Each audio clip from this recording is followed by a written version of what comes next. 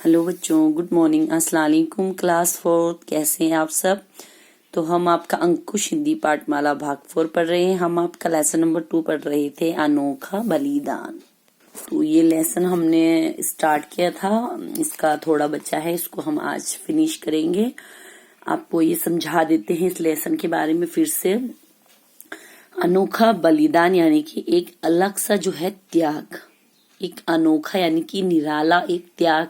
किस तरह उसने एक त्याग किया जो कोई नहीं कर सकता, वो किसने किया है? जापान के हेमागुची जो थे, उन्होंने किस तरह लोगों के घरों को बचाने के लिए अपने घरों में आग लगाई, उसके बारे में हम पढ़ेंगे। किस तरह उन्होंने लोगों के हेल्प की, अपना नुकसान करके। आज के जमाने में कोई नहीं करता ऐसा, लेकिन उन्होंने किया, इसलिए लोग उनको बहुत आज तक उनको जो है याद करते हैं, जापान के। तो जापान के एक द्वीप कहते हैं बच्चों, जो चारों तरफ पानी से घिरा होता है, आइलैंड होता है ना, वहां पर एक पहाड़ी पर एक गांव बसा रहता है।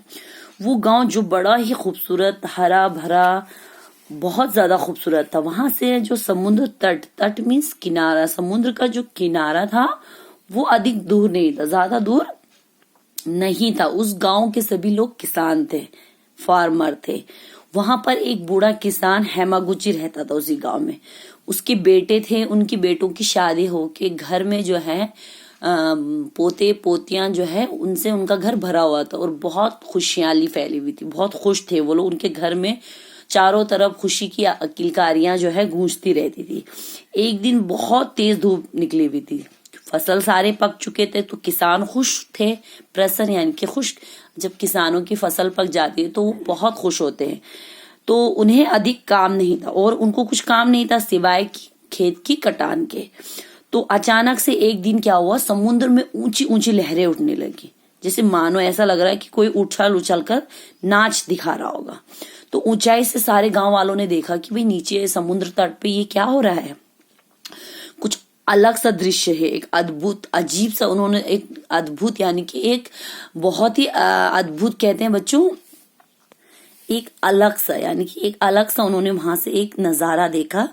तो वहां से वो उस नजारे को देखने के लिए क्या किया उन्होंने, उस आश्चर्यजनक हैरान करने वाला नजारा देखने के लिए वो समुद्र के किनारे ही चले गए।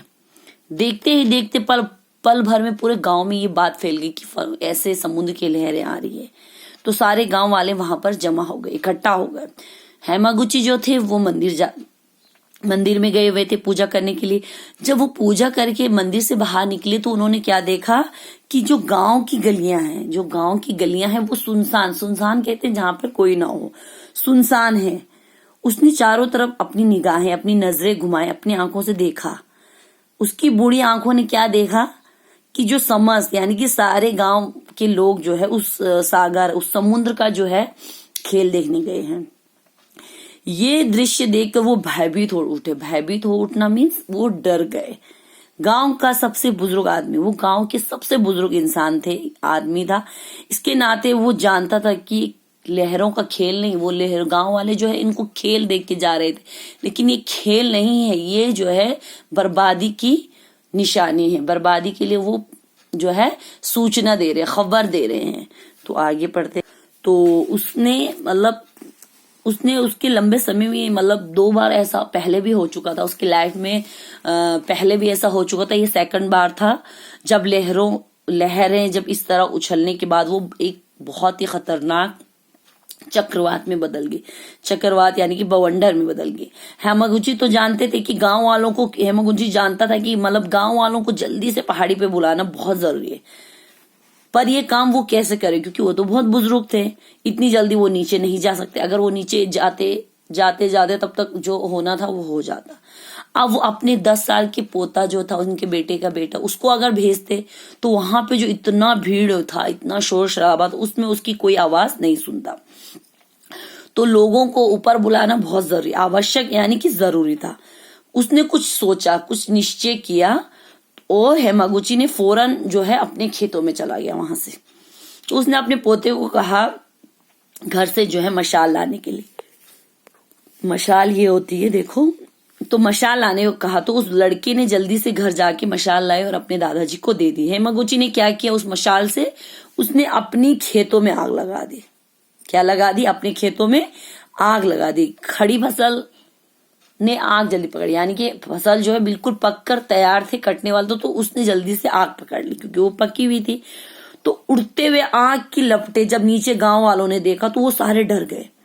उनका जो ध्यान समुद्र की तरफ था पहले, वो जो है अब अपनी गांव की तरफ हो गया और सारे जो है दौड़ते हुए अपने घरों की तरफ वापस आ गए।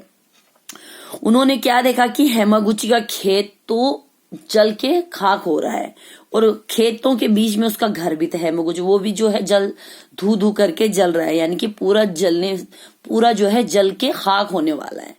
तो यहीं तक हमने पढ़ा था। आगे हम यहाँ से अब हम आपको आगे पढ़ाएंगे। इतने में वायु का वेग बढ़ गया। समुद्र की लहरें उछलने की बजाय तट की ओर आने लगी। कुछ ही देर में भयानक समुद्री तूफान उठा। एकाएक समुद्र के जल ने तट के पास वाले इलाकों को डुबो दिया, परंतु हेमागुची का गांव पहाड़ी पर बसा था, इसलिए वह सुरक्षित रहा।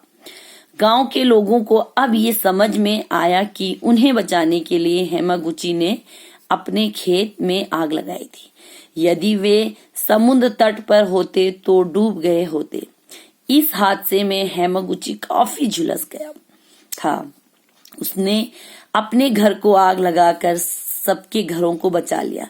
हेमागुची का ये बलिदान जापान के लोगों के मन में आज भी बसा हुआ है। सभी आदर और श्रद्धा से उसको याद कर। अब देखो, इतने में वायु का तेज, वायु मीन्स हवा, वेग माने तेज, हवा का जो रुख था वो बहुत तेज हो गया। समुद्र की लहरें पहले तो उछल रही थी, अब उछलने के बजाय वो तट यानी किनारे की तरफ आने लगी। किनारे की तरफ सारे लोग थे, अगर वो वहां होते तो अगर वो समुद्र की लहरें उनके ऊपर आती तो वो डूब के मर जाते।